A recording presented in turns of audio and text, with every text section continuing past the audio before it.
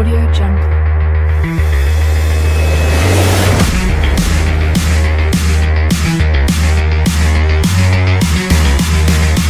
Audio Jungle.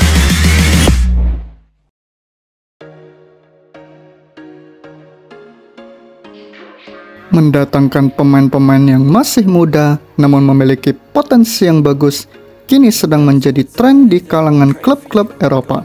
Tidak terkecuali bagi Manchester City, The Citizen telah berhasil menyelesaikan biaya transfer bek berusia 21 tahun asal Kroasia yakni Joško Gvardiol. Jurnalis Fabrizio Romano sendiri sudah menyatakan "Here we go" mengenai kepindahan Gvardiol ke Manchester City. Bek bertubuh atletis ini sendiri merupakan target utama Manchester City sejak pertengahan musim 2022-2023. Kemampuannya sebagai bek tengah sangat disukai oleh manajer City Pep Guardiola. Di setiap bursa transfer, mantan manajer Barcelona itu sangat suka sekali mendatangkan bek tengah untuk memperkuat lini pertahanannya. Menilik ke belakang, Manchester City sejak dilatih Pep Guardiola sudah banyak mengeluarkan uang untuk membeli bek tengah. Dimulai pada tahun 2016, City menebus John Stones dari Everton seharga 50 juta pound sterling yang menjadikan Stones sebagai bek termahal saat itu. Selanjutnya, di bulan Januari tahun 2018, ada nama Aymeric Laporte yang direkrut dari klub Liga Spanyol yakni Athletic Bilbao seharga 58,5 juta pounds.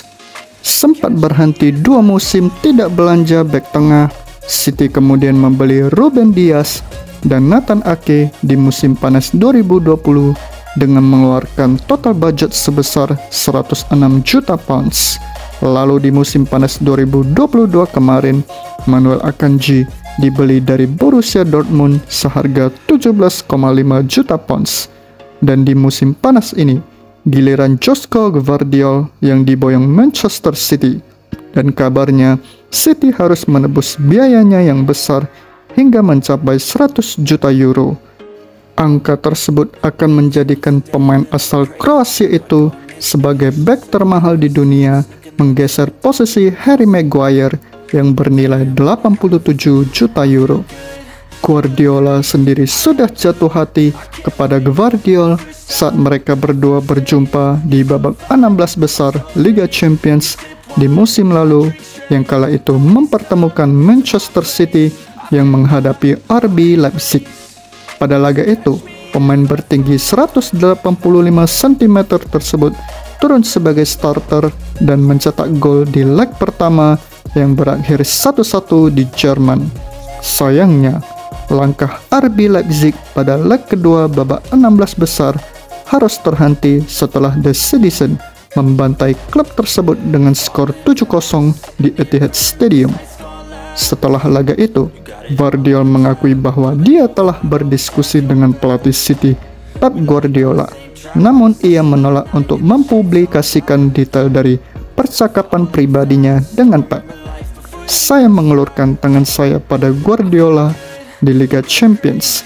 Saya mengucapkan selamat kepadanya karena telah berhasil lolos," ucap Gvardiol. "Guardiola seorang pelatih hebat. Dia melontarkan beberapa kata kepada saya, namun saya akan menyimpannya untuk diri saya sendiri," pungkasnya. Gvardiol sendiri adalah bek kiri yang bertubuh tinggi dan berotot. Bermodalkan hal itu, dirinya sangat kuat dalam melakukan duel 1 lawan 1. Selain itu, di usianya yang masih sangat muda, ia sudah mampu memainkan 3 posisi sekaligus sama baiknya, yakni bek kiri, bek tengah, dan gelandang bertahan. Baru di usia 18 tahun saja, Gvardiol sudah mendapat panggilan untuk masuk ke timnas Kroasia. Hebatnya, di Euro 2020, dirinya sudah menjadi andalan di lini pertahanan negaranya yang dilatih oleh Zlatko Dalic. 4 kali dijadikan starter dan diposisikan di bek kiri pada Euro 2020, ia mampu tampil bagus di ajang itu dan membuat gawang Kroasia hanya mampu dijebol sebanyak 3 kali dan berhasil mengantarkan negaranya finish di posisi runner-up di ajang 4 tahun sekali tersebut.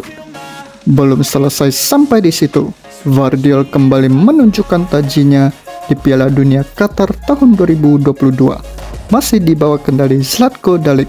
Dirinya saat itu ditempatkan di posisi bek tengah. Dalic tidak salah dalam menentukan posisinya, malahan dirinya menjadi salah satu pemain penting yang berjasa dalam mengawal pertahanan Kroasia dengan baik dan mampu mengantarkan tim berjuluk Vatreni tersebut finish di posisi ketiga di ajang Piala Dunia Qatar 2022. Di ajang itu juga dirinya menyandang status sebagai salah satu pemain muda terbaik FIFA. Berkat penampilan ciamiknya setelah gelaran Piala Dunia 2022, ia pun dibanjiri tawaran untuk bermain di klub-klub besar seperti Chelsea, Real Madrid, dan Manchester City. Mengetahui hal ini, pihak Leipzig memanfaatkan hal tersebut untuk menaikkan harga jualnya. Dan pada akhirnya, Manchester City lah yang berhasil keluar sebagai pemenangnya dalam perebutan Gvardiol. Karena tidak sulit bagi City untuk membujuk Gvardiol pindah ke Etihad Stadium karena sang pemain sendiri yang telah menunjukkan minatnya untuk bermain di klub asuhan Pep Guardiola tersebut.